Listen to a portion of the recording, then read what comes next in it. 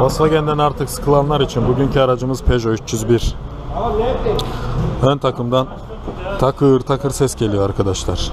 Ve ön takım parçalarına salıncak, rotül, rot başı, rot kolu, efendime söyleyeyim, salıncak burçları, viraj demir lastikleri, her şeyini kontrol ettik. Amortisör bilyası, herhangi bir şey bulamadık.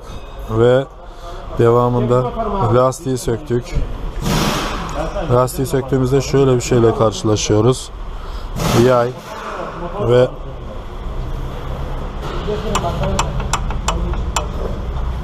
fren balatası yayı yerinden düşmek üzere. Şöyle çekiyorum, alıyorum sizlerle beraber.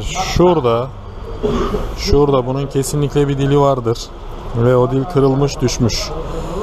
Yani diyeceğim o ki arkadaşlar, fren balatası değiştirirken yaylarımız sağlam mı değil mi kontrol edelim. Bir artı ikincisi, iyi kaliteli bir marka kullandığımız zaman zaten içerisinden yay çıkıyor. Fren balata yayları iyi kaliteli, mesela TRV markada çıkıyor diyebiliyorum. Gördüğünüz gibi şakır şakır bu ses yapıyor arkadaşlar. Peugeot 301 araç modelimiz. Böyle bir şeyle karşılaştık. Sizlerle paylaşmak istedim. Volkswagen Audi'den sıkıldım diyenler için farklı bir araç.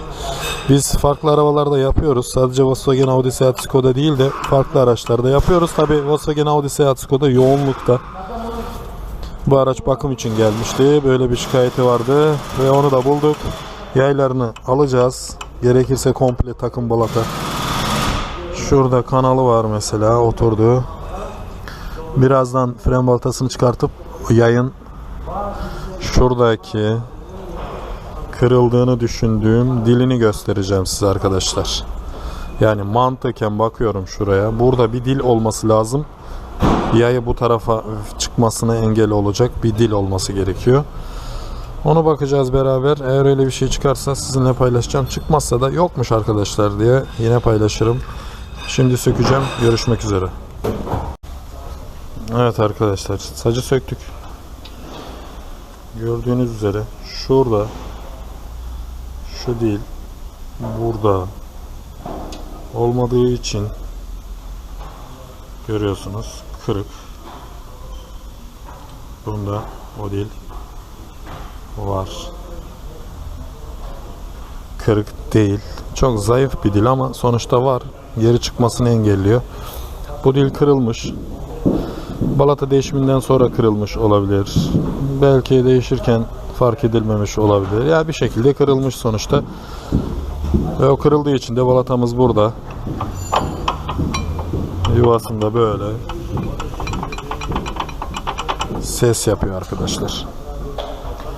Ön takım seslerinde dikkate almamız gerekiyor. Bilginiz olsun. Herkese hayırlı günler diliyorum. Allah'a emanet olun. Kendinize iyi bakın.